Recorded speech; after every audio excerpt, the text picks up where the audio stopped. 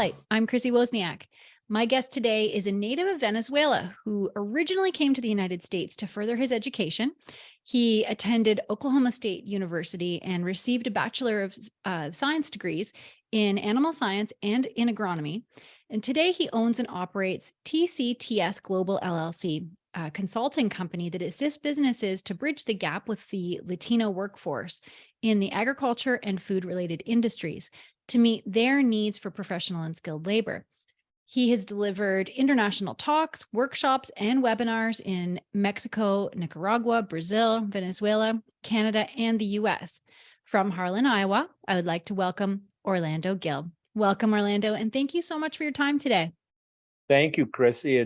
It's an honor and just such a great opportunity to share, hopefully, some things that will help your audiences.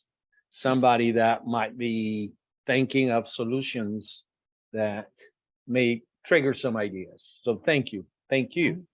Yes. And so first of all, tell me a bit about your own background. It's very interesting. You've done a lot of things and you've done a lot of traveling. Yes. And I was very, very fortunate, even though I didn't start with the right foot. I wasn't doing very well at school, and my father actually just kind of pulled me by the ear and said, I'm going to give you a choice of two, take it or leave it. And he sent me to the United States. He had been educated here in the US.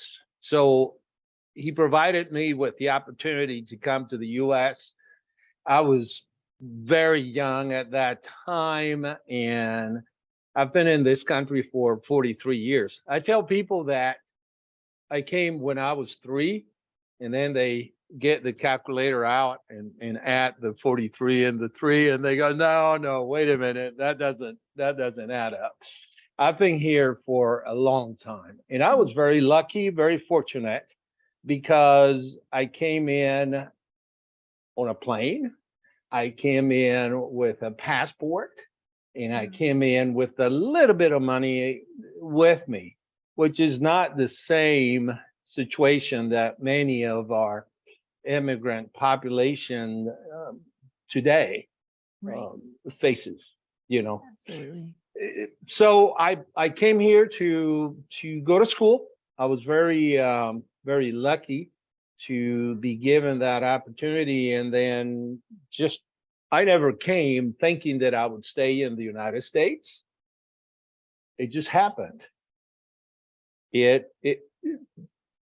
Time goes by, life happens, and then I'm still here. I've been here 43 years.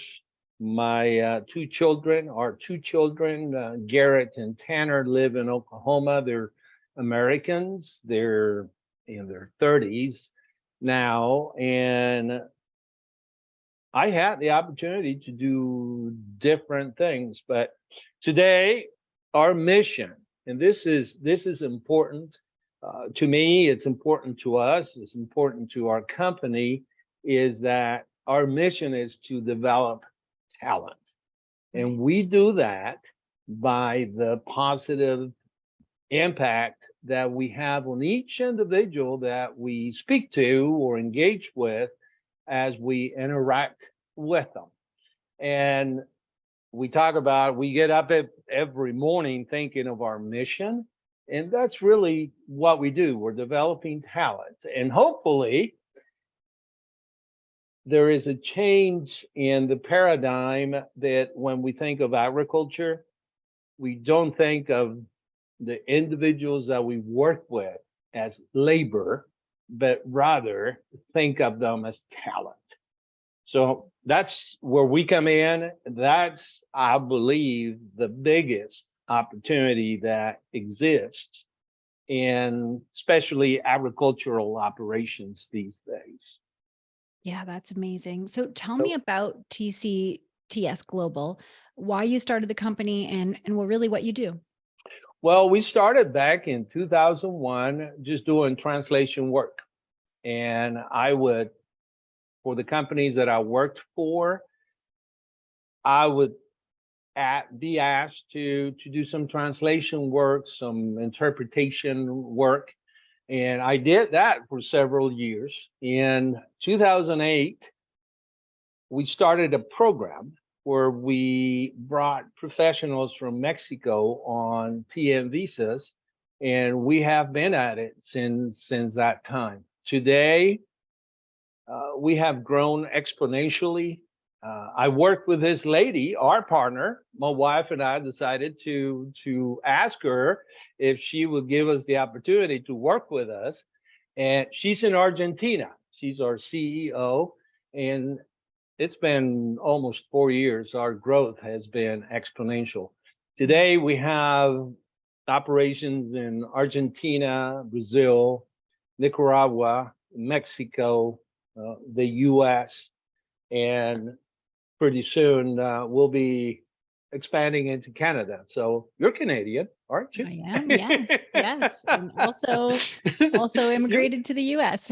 Oh, well, there you Yeah. go. There you go. There you go. So that's what we do. Yeah. And we do from translation work, which we really do very little of that type of work. We do leadership development programs, seminars, workshops, and then we have a main program where we are bringing these professionals from Mexico with 4 objectives. One is to come legally, to learn the American production system, to live and experience the American culture, to improve their language abilities to the point that they are bilingual. My partner says, no, they're fluent. Right. It takes a lifetime, and I'm still learning English, right? And then the most important one is once they have completed the program, to go back to their country of origin to add value to the industry and profession. And that model itself has provided us the opportunity for us to offer similar programs from the standpoint of the 4 objectives, but we're doing it through trips. So we're bringing folks from South America to the United States. Here in June, we're going to have a cultural pork experience, USA. We're bringing folks from Argentina, Brazil, Mexico to the World Pork Expo with the 4 objectives: learn the American production system, the culture, the language, a little bit of the language, so that they go back with a broader vision and understanding of our production system and of our country. We're going to Brazil in November. There is a big show in Brazil, the Pork Expo Brazil, which is amazing. Yeah, that sounds really interesting. In Argentina, we are going to have a CBDE, which means cultural beef and dairy experience in November.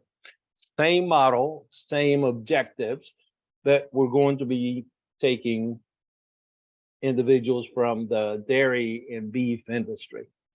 So it's been amazing, because when you think of the cultural divide that we're experiencing today, it's just very satisfying and uplifting that we're able to just do a little bit to get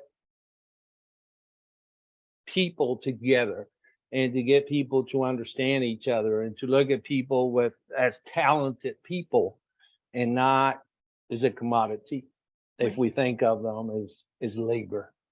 So that's who we are, and it's just so exciting to see the growth and the development of our collaborators that work with us, to see the growth and the development of our participants, of these individuals that come here. And basically, my wife and I feel so blessed that in a way we've changed lives.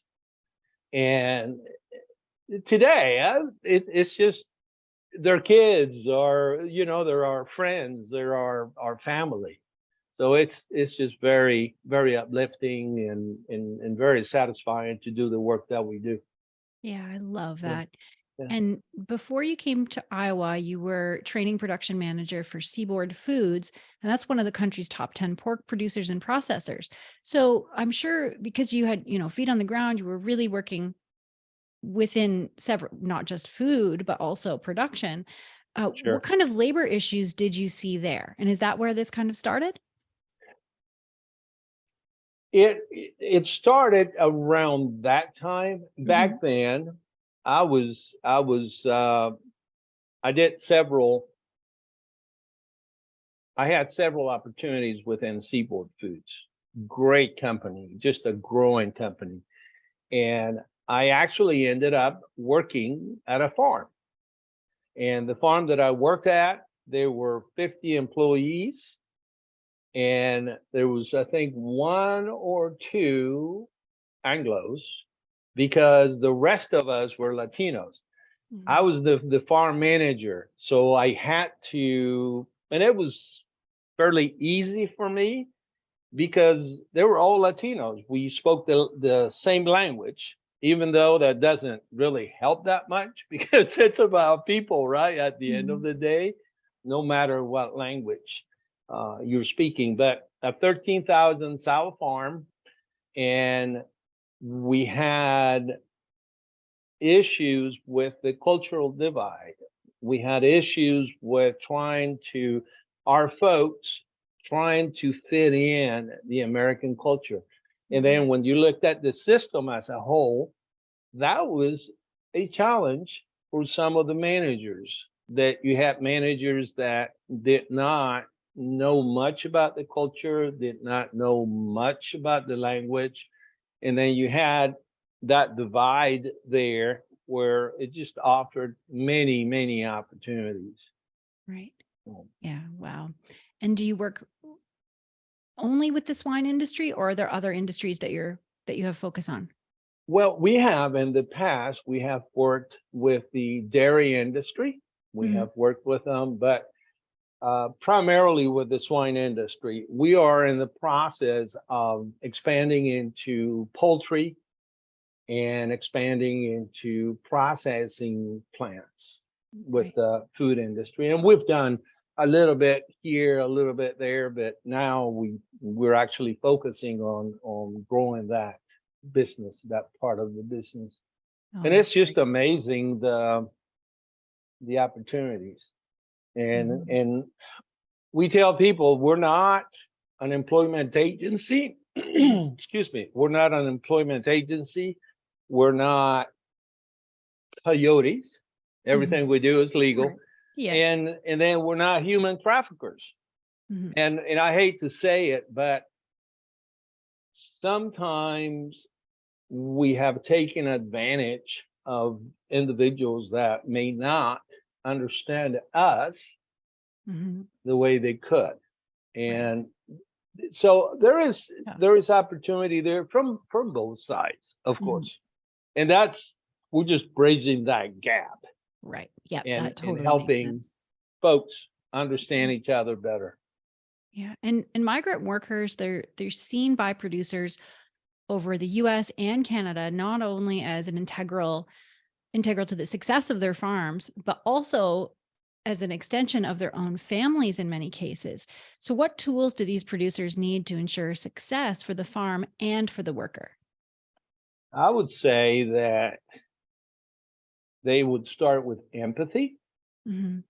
and really trying to understand the the other individual, be it somebody that they see at the grocery store or they meet at church or they run into on the street. Even when they're working, that they actually have the opportunity to better understand these individuals. That's where having empathy present, then that will let them understand who they're working with. and help them get better results. People don't do anything because they have to do it. People will do things because they want to do it. Yeah. And many times they may do something because they're getting a paycheck. They may do something because the boss says that they need to do something. But at the end of the day, we cannot motivate people. People motivate themselves.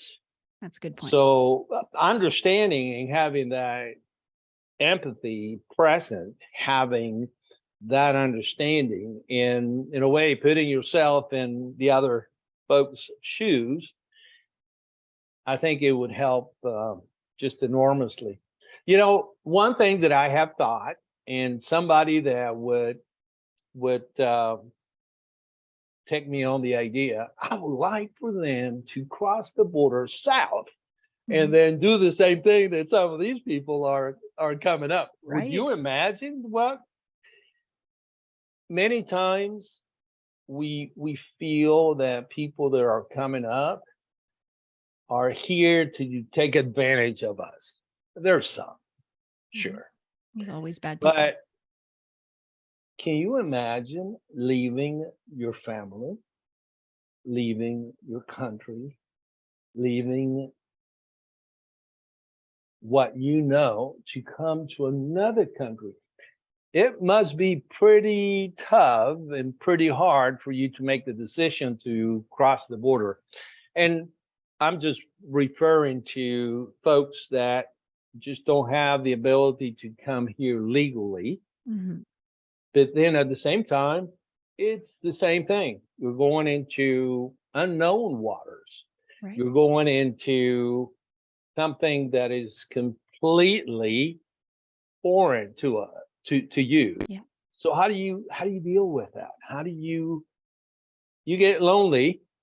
You get really lonely because it's just present today. Right. Yeah. And I can see, just the tip of that in my own journey, from Canada to here to Florida, missing my family, but here it's the same language, right? So I do think about the people that I come across here that have migrated from the South, and they have to learn a new language. They have to learn entirely new system. At least the US and Canada are very similar, similar values, similar ways of life.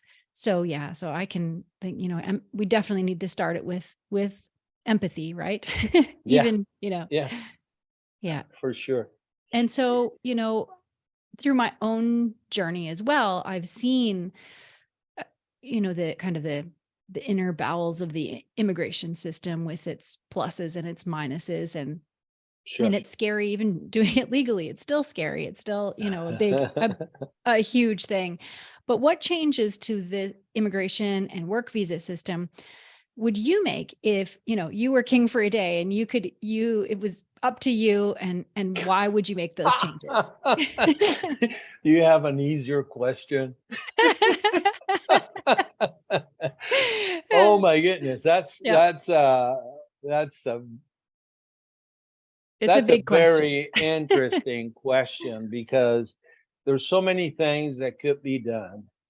And when you have such a large organization that is really the federal government, and the policies, and how do we keep our borders safe, and how do we control immigration, it's just daunting how one individual, myself, fix it all, even if I were king for a day, right? Yeah.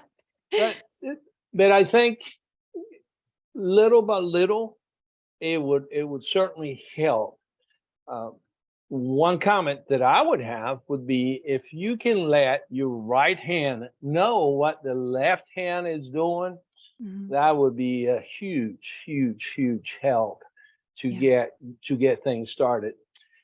we as we worked with the visa process and in some of the types of visas that we work with, many times they go through different stages, Mhm. and they're provided a visa at the embassy, and it may be a 3-year, 4-year visa, and then when they get here, they'll look at you up and down because that's a final decision at the port of entry, and they may give you a year or 2 years or Right. something like that. There is some inconsistencies there. Right now, there is a challenge with the 3-year and 4-year visas. Individuals are paying for a 4-year visa at the embassy or consulate. And when they come here, they're not given a 4-year visa, they're given a 3-year visa. Mm. And so that's what I am talking about when the right hand and the left hand Right. just kind Yeah. of knowing and being consistent Yeah. in Absolutely. some of those things. And I think that everyone is trying to do the best job they can with what they have. And it isn't an organization, it isn't one individual, it's just the system. Right. How do we fix it? How do we make it better is what we need to work on. And I think all of us can help with that by providing feedback and by being really understanding that it's just a huge undertaking. Right. So Yeah. And um, that's a good point that you made about it's not one person, it's not one person's decision. And unfortunately, sometimes it does for the immigrant come down to one person standing there. And there are so many inconsistencies, so many contradictions, so many, but we understand it can't be a free for all, right? And that's really important to state. It cannot be a free for all. There has to be these rules, but I totally agree. If there was a yeah. little more consistency and fewer contradictions, it would definitely help the process. Yes, it's a huge challenge. It's a Yeah. huge challenge, and I can imagine what was going on back in the late 1800s, right? Right. They Yeah. they basically went through the same thing, and I can imagine an officer at Ellis Island trying to determine, you come in, you don't, and those kind of things. And but that's where we are today. That's where we are today. Right. Yep. Yeah, that makes sense. And so in the experience of being able to talk to a lot of farmers across both countries over the years, I've heard a lot of great heartwarming stories about working with migrant workers and some creative ways that I've seen farm families help migrant workers overcome things like language barrier, transportation, family, or even spiritual needs. What have you seen?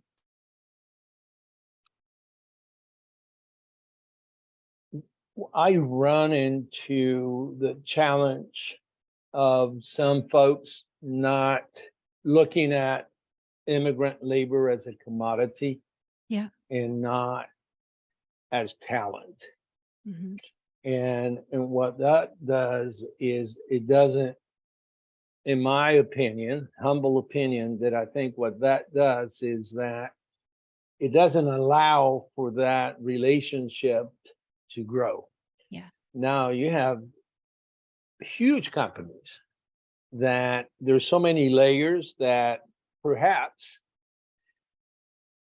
the employee and the only relationship they form is with that manager directly Hmm. at that level. And that manager, there may be several layers upstream that it doesn't help him make an individual decision. Yeah. And so perhaps sometimes we may have somebody at the top making some decisions that are really impacting that employee there. And I think of it as a pyramid, right? Hmm. the pyramid that we have normally, that we have in companies, is that the CEO, the president, the owner is all the way to the top, right? And then you come down until you get the bottom, the base of the pyramid. And that's where the employees are. Right. And you see it in customer service, that you go, that's who you deal with, that frontline employee. And it should be the other way around. It should be like, our people are, the base should be at the top and then come down. So, because we're supporting that base. And if we look at it that way, I think that we're going to have better results. And every case is different, of course. Every case has got its challenges, and but I've seen some ugly things, and I've seen some great things. Yeah. And it comes down to that, people just communicating and understanding and respecting each other, and understanding that we're here on the same boat, and all of us have a different oar, but all of us are just trying to get ahead, trying to go in some direction, That's one of the, just to change a little bit of the conversation where we're going. That's one of the things that we do through our programs, is that the first thing that we start talking to our participants are how to set goals. What is it you want to accomplish? What is it that you want to do with your life? And then financial stability. That is something that many times we haven't been exposed to. And they come here and they start making money, and what do you do with that money? I have wasted so much money because of my lack of understanding, right? Until, well, today I have a little budget that I follow, but those are the kind of things that sometimes don't happen. Clear, specific goals. It's something that is just huge. We work with universities down in Mexico, and we provide some of these leadership development workshops and seminars. And one of the things when we talk about goal setting, we show some of the answers that we have gotten over the years on, okay, what are your goals? And we would list. One of them that comes to mind is, so what's your goal? I want to work and be happy. Yeah. What does that mean? Right. You want Quantify to that. work and be happy? That doesn't mean anything. So that is one of the things that when we think of developing talent, when we think of operations, when you think of, and that's why I love the swine business, because most of the time you have a weekly target that you need to reach. So you get that feedback constantly. You're getting that feedback. How many dead, how many breeds, how many farrowings, etc. Where if we took the approach of, well, let's see what happens, it goes back to goals and objectives specific that you want to accomplish. So and those are great points. And then along the lines of your programs, you offer LAD, Language Acquisition Program. So what's the target audience of that, and how does the program add value to agricultural and livestock operations? The Language Acquisition Development Program, the LAD, it's actually geared towards those individuals working in agricultural operations that don't have the language abilities to communicate. Okay. And by getting in the training and development through the LAD, it allows them to start speaking the language. And we have a virtual campus that is just fabulous from the standpoint of being able to take you through levels. We do an initial evaluation test that will put you in a level, and then we assign a language advisor to you so that any questions, and you meet weekly with this individual. So we are in a way taking you by the hand. You can go on YouTube and learn just about any language or learn just about anything these days. That's true. Our program is specific to agriculture, and it's something that I don't believe it's out there. And the level of care and the level of specificity for the industry and with the individual, that's what makes us different. We have a program that is the Khalil program. It's a cultural awareness, language improvement, and leadership development program. Okay. And that is basically a mirror image of our professional enhancement program, where we are bringing professionals from Mexico primarily. And it's geared, and the audience is those individuals that are here, that companies have brought them up, and they have folks that they know are talented, they want to promote, they want to develop.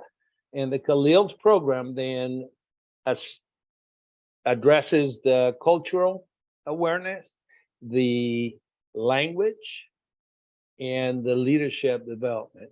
And it's a structured program, and it's a 2-year program where somebody that you work with that has that potential, we get them to be, and and that is something that we make sure we tell people whenever they take our programs is, we're not telling you what to do. We're sharing with you, we're inspiring you to do whatever you think you need to do in order to transform yourself. We promise a transformation that just because you're doing our program, it doesn't mean you're going to get it. You're going to get it when you decide that you want that transformation. And we're just facilitating, and we're helping, and we're inspiring people to have that transformation. You go back to the same thing. Nobody does anything they don't want to do. Yeah. It's all up to you. So yeah, for sure. And so those are 2 of the programs that you offer. What are some other services or products that you have available? Well, we have these trips and the cultural experiences, agricultural experiences.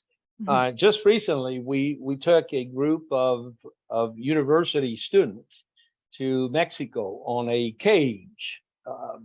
That was the name, a cage. It's a cultural ag experience, a cage. I love that program.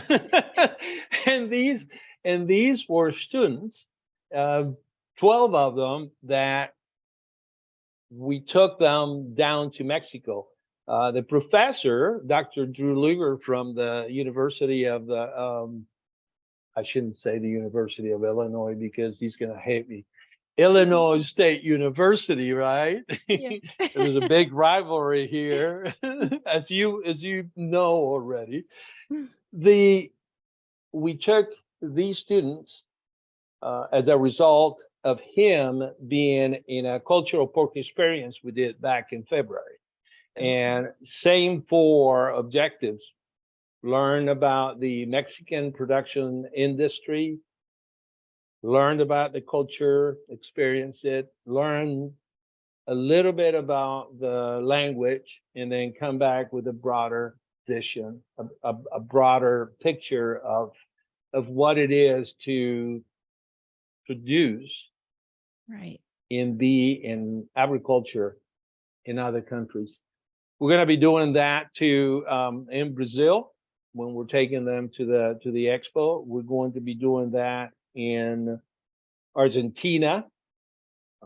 we are working on a project where we might have a training farm down in one of these countries. We're actually looking at Nicaragua right now, Wow. where we might we're talking about setting up this facility. It's already a working facility, and we would bring these individuals that would learn the production system, the culture, the language, and it would be sort of an immersion program. Our dream is to bring kids and experience these opportunities. I was in Texas just a few weeks ago with the Texas FFA Foundation, and they're they're doing so many things that are teaching these young people to be leaders, that we're hoping that there will be opportunities to add the diversity and the international type of travel that we just make them a better professional. Yeah. It'll give us, it's a huge world these days. And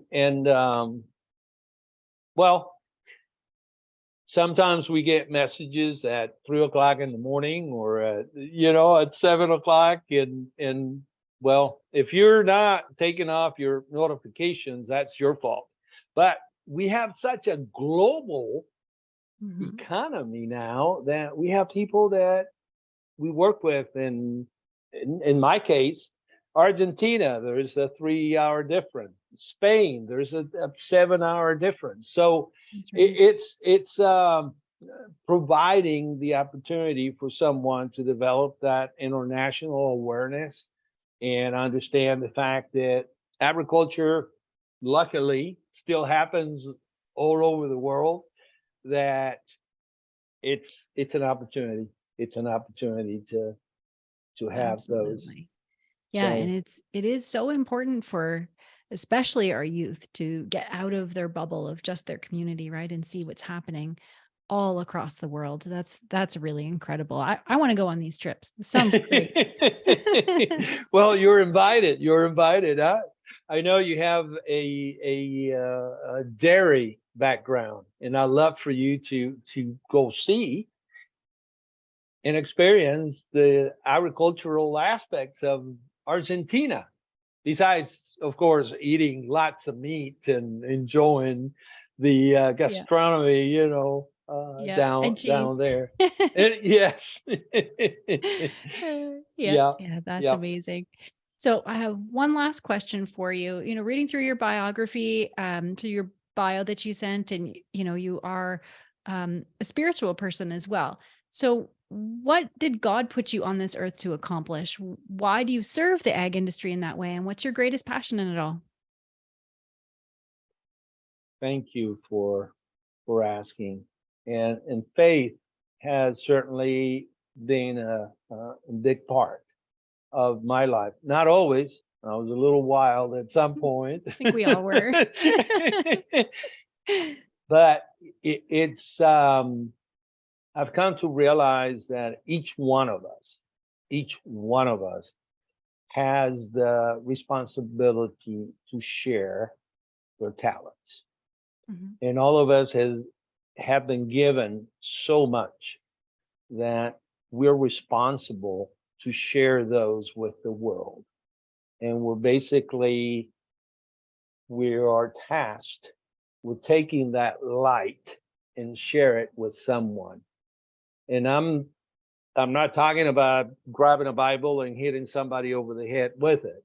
It's really from what we do on a daily basis that we have an impact. So I feel ourselves, right, rather than just making a speech. Exactly.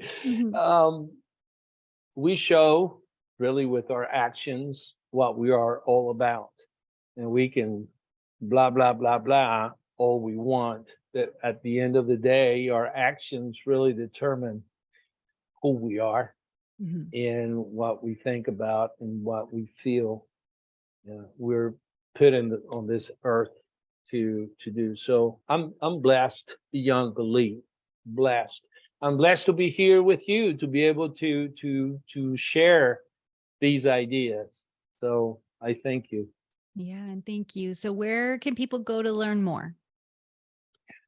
I'm on social media. There's several ways of getting a hold of me. Orlando Gill, LinkedIn. It's a good way Mhm. that they can follow me. They can contact me. I love to connect. Also, our company is on LinkedIn. TCTS Global at LinkedIn. We have several. In fact, right now we're doing a productivity course in Spanish that has got to do with how to be more productive. And we're doing it in Spanish. We're doing a pilot program, and we're getting ready to do one in English, a pilot program. So if anyone is interested in being a part of this pilot program, it's called the productivity course, the GIST methodology, GYST. And I stole a little bit of the ideas from David Allen, the guru, right, from the GTD, the Getting Things Done methodology. Mhm. But ours is the GIST methodology. Get your S together to be I more love productive. that. That's great. So that's available if you're interested in being a part of that. We'd love to hear from you. We're going to launch those courses out here very soon. So Amazing. Well, thank you so much, Orlando, for your time today. This was a great conversation. I love learning more about you and what you're doing. It's incredible. well, likewise. Thank you. I appreciate it, Chrissy. It's been a great time. And thanks to all who are watching or listening. If you want to learn more, all the links are provided in the show notes. Don't forget to subscribe to North American Ag on YouTube, Rumble, Telegram, or AgFuse. And the podcast is available on Spotify, Apple, Stitcher, Amazon, wherever you listen to podcasts. And we love when you like, share, and subscribe. And have a great day, everyone. Thank you.